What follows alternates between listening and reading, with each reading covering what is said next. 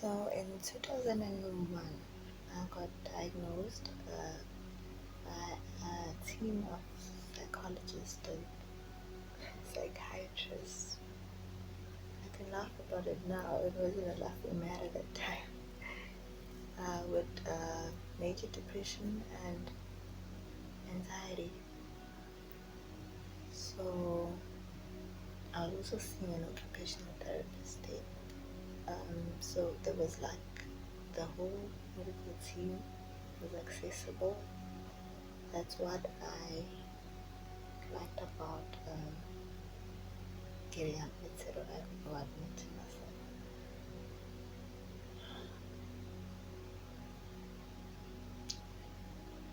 There is a initial sense of anxiety, of course, because you don't know what's going to happen there and how long you're going to be kept there. And it's a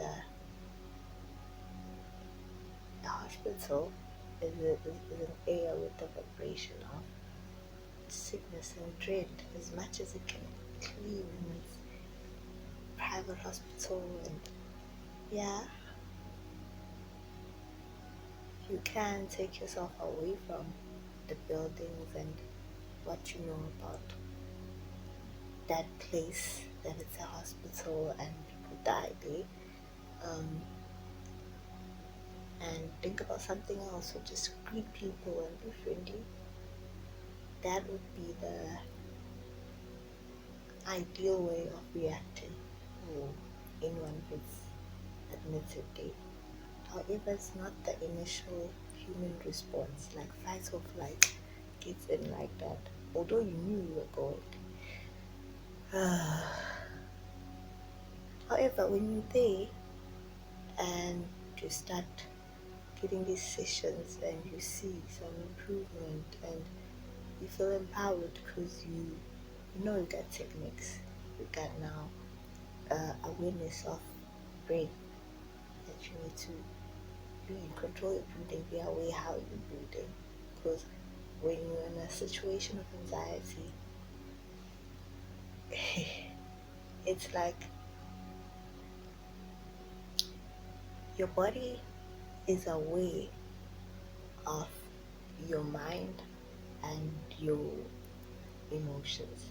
So that's three bodies interacting together in one: the emotional one, the physical one, and ethereal one, you could say. But then it's still on a lower consciousness. Maybe you could say in 4D, which is similar to dreaming. In dreams,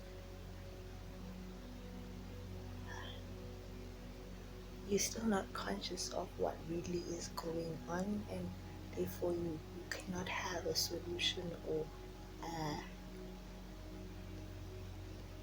when you know that something is going this way, in this speed, taking these steps that are certain centimeters apart, you can roughly estimate when the person will arrive there, how the trip will be.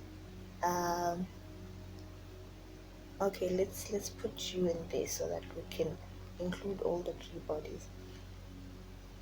You know how tired you're probably gonna be, or what efforts it's gonna take.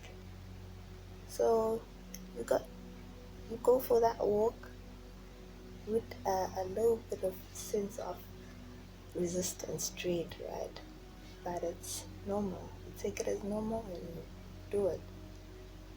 However, in anxiety, where the mind is sending these signals to the heart that something, okay, firstly, your lungs, your chest, your breathing gets disturbed. Once it gets shallow and forced, then it will automatically trigger the fight or flight response from the body.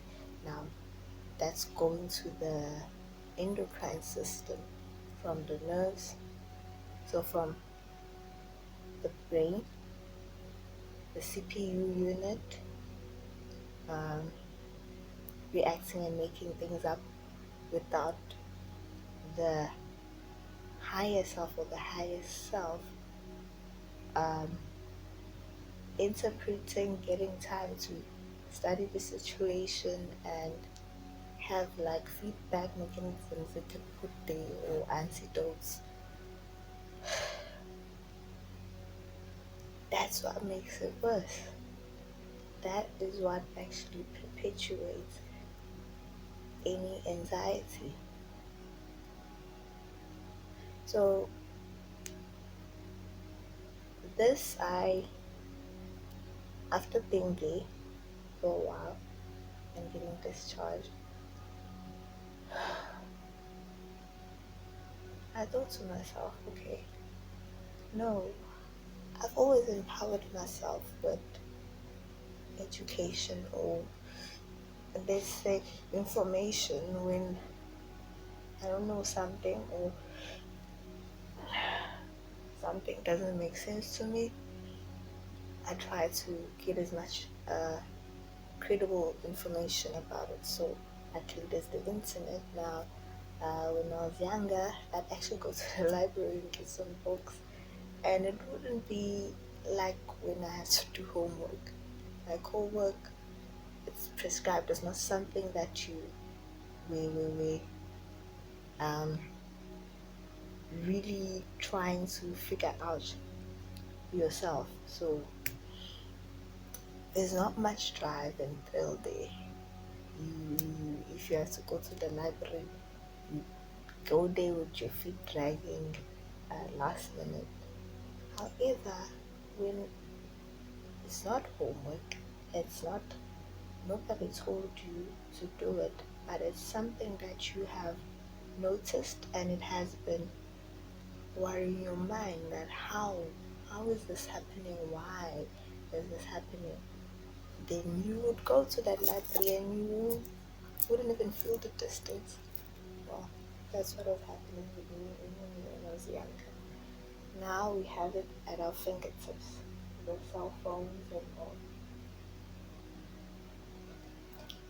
So why wouldn't you ease your suffering, ease your anxiety by getting to educating yourself as much as possible about the situation? That means that firstly, get your triggers. What triggers it? I know that it seems like it's a wide range, but like I said on my previous video, what we experience is on perspective also. With other factors involved, because remember, we're not just one body as human beings. There'll be how the body reacts to it. There'll be the emotional side, how your hormones get triggered. That's it. Now you're in the endocrine, the chemicals, and then there's the ethereal one and the brain, where okay, we could go as technical as saying that how you experience the electricity or the nerves firing from one center of the brain to the next, showing I guess the importance of that thing. Like, is it life threatening or is it just something you can um, deal with it now and even forget maybe in 2-3 hours?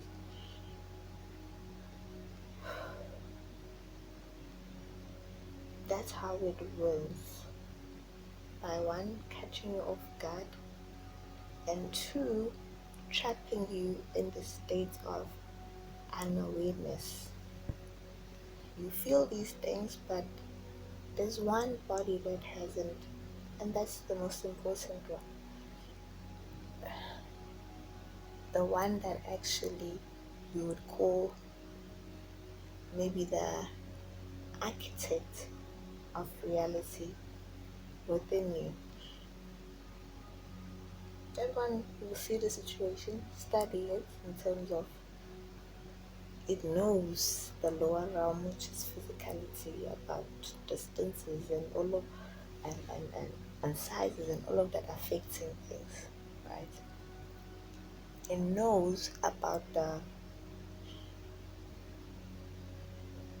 how the body would react to such estimates or perspective, and it knows what probably the brain was thinking or angle it was looking at the situation for all of this to be happening. Now already it has its weapons because it collected all the information that it needed. Now all it has to do is just twist it back to the backwards or like transmute it. Um,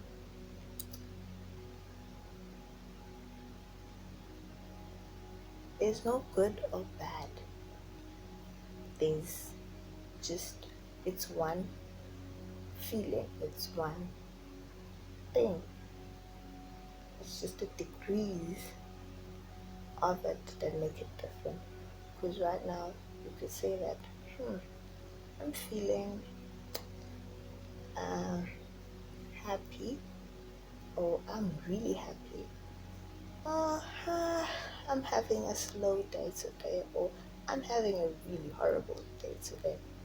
This is all one thing, one concept, one feeling. It's just a matter of the amount of it, like degree in this one scale of what it is. But when we get in a state of anxiety, which is the sympathetic nervous system where it's fight or flight, we're going back to being to obeying an animalistic instinct, because that happens to animals also. Then most probably will react one like an animal because you think we die, or two, it just keeps escalating to points where it shouldn't have gotten to, considering what triggered it maybe. And there is totally another alternative way the same thing happens, but you remember to be aware what's happening. You start breathing, start checking the situation, that how did you get to here from when last you were okay, so how do we go back and reverse engineer this thing so that I'm okay? And before you even get those answers, the fact that you're going through that process in your head, it's now taking away from, ooh, what is going on? Am I dying? The body thinks it's dying, it's telling you you're dying, but then something in you is telling you, but there's nothing killing me, so why am I freaking out? And the mind is saying, this thing is so horrible, it is like that. But then if you put the highest, the almighty, the awareness, the great I am, you will have all of those reactions within it, but remember, it still has the power to decide. Not saying I'm an expert in this. It took a while and a lot of suffering to get to this kind of level, I think. And the process continues.